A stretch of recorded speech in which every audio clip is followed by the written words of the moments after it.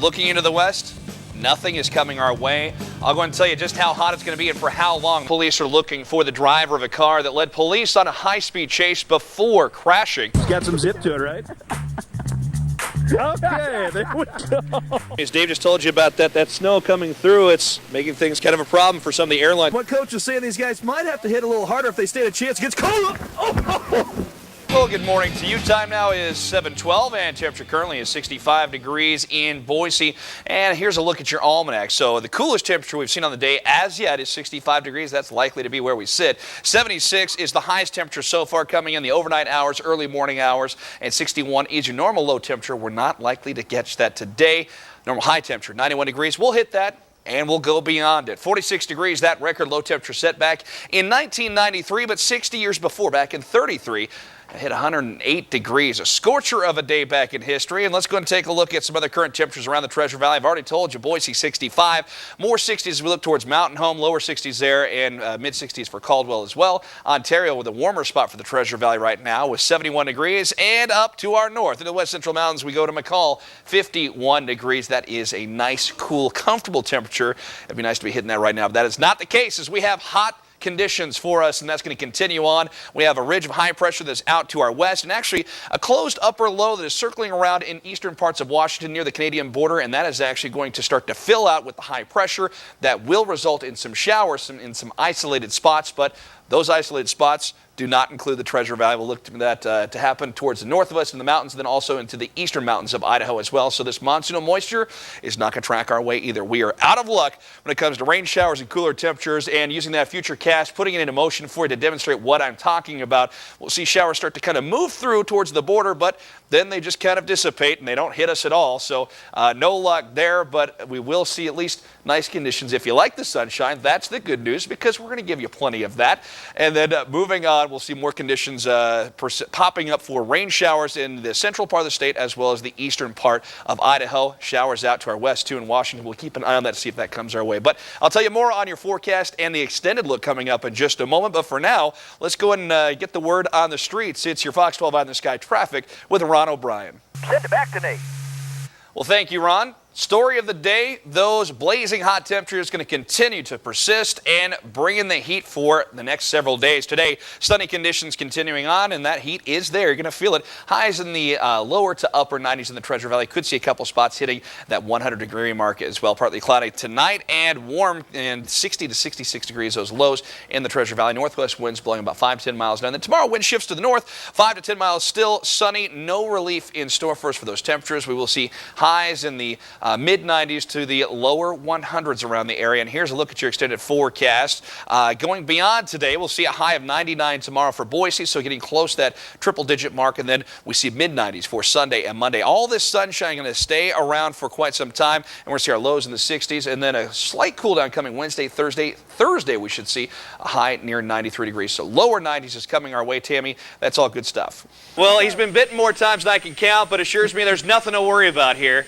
All right, Corbin Maxey has been spending time with us all morning long with his friends from the continent of Asia. And Corbin, yes, you know I don't like snakes, and you bring out even more.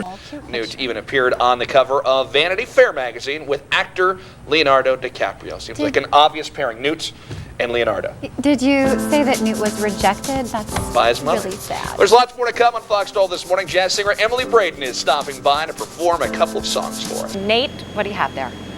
Well, I tell you, this was an amazing fire that swept through the area. It was a 4-alarm fire, and the amount of destruction that it caused is unbelievable. It's one of the worst residential neighborhood fires in many, many years in Boise. Let me go ahead and step out of the way and show you just what we're talking about.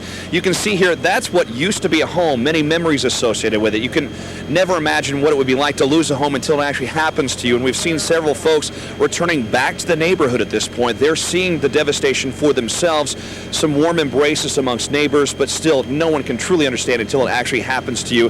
The destruction that has occurred here, it's amazing. 10 homes destroyed, 9 more damaged, and as you just mentioned a few moments ago, that it has claimed a life. Now, to get a better idea of what's happening with the firefighting efforts, I'm actually joined by Fire Chief Dennis Doan from Boise Fire.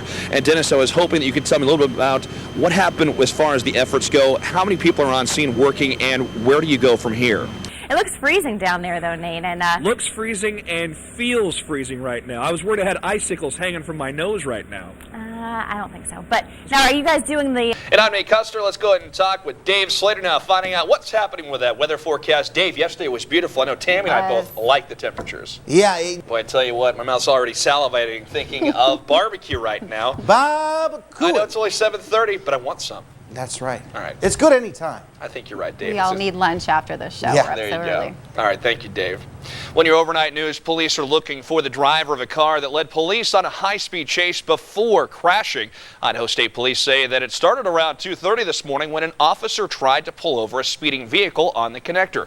But when he turned on his flashers, the car took off. It reached speeds up to 130 miles per hour before crashing into the Jersey barrier near the Curtis Road exit. When the officer got on scene, he saw the driver running south towards the hospital. He's been identified as 22-year-old William Toomey of Boise.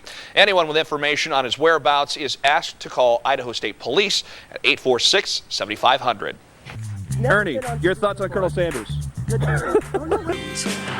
Well, good morning to you. Temperatures 41 degrees. Time now is 6:41. The Boise Burn are back in town once again this weekend and donning the pink on the turf for breast cancer research. The Burn will be auctioning off several pink Burn jerseys just like the one I'm holding here. I'd try it on, but you know what? It's a little slim for me. The money will go towards the Susan G. Komen Breast Cancer Foundation. The Burn will take on the Stockton Lightning, who are a measly 1-3 on the year. And last year, when the Burn first kicked off pink on the turf, they got themselves a nice win. So you can bet when kickoff comes tomorrow night at 7, they'll be looking to make it 2 in a row in pink and raise some money as well. Well, congratulations go out to Randy Bibberness. He'll get to cheer on the Boise Burn as they take on the Stockton Lightning at tomorrow's very special Pink on the Turf game, courtesy of Fox 12 this morning.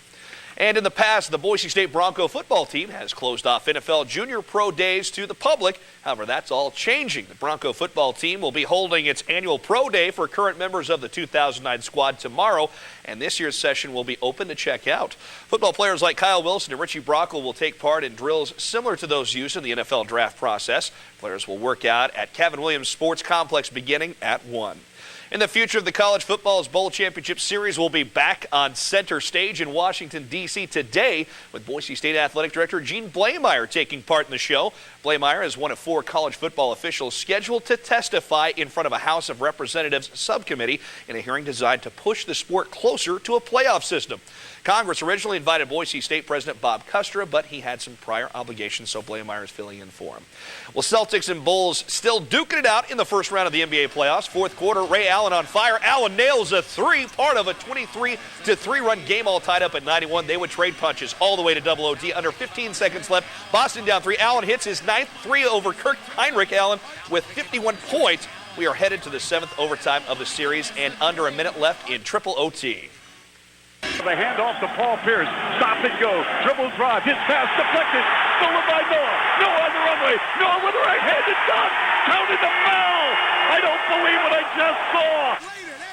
Joakim Noah fouls Pierce out of the game. It would be the dagger as the Bulls take it to Game 7. That's happening tomorrow night, and a lot of people will be tuning in for that one.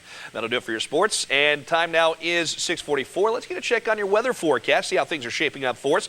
Dave, how are things looking big picture-wise for the Northwest right now? We're giving Golds a run for their money. How much does she weigh, do you think? She's just under 230 pounds and just under 17 and a half feet. I still got you beat.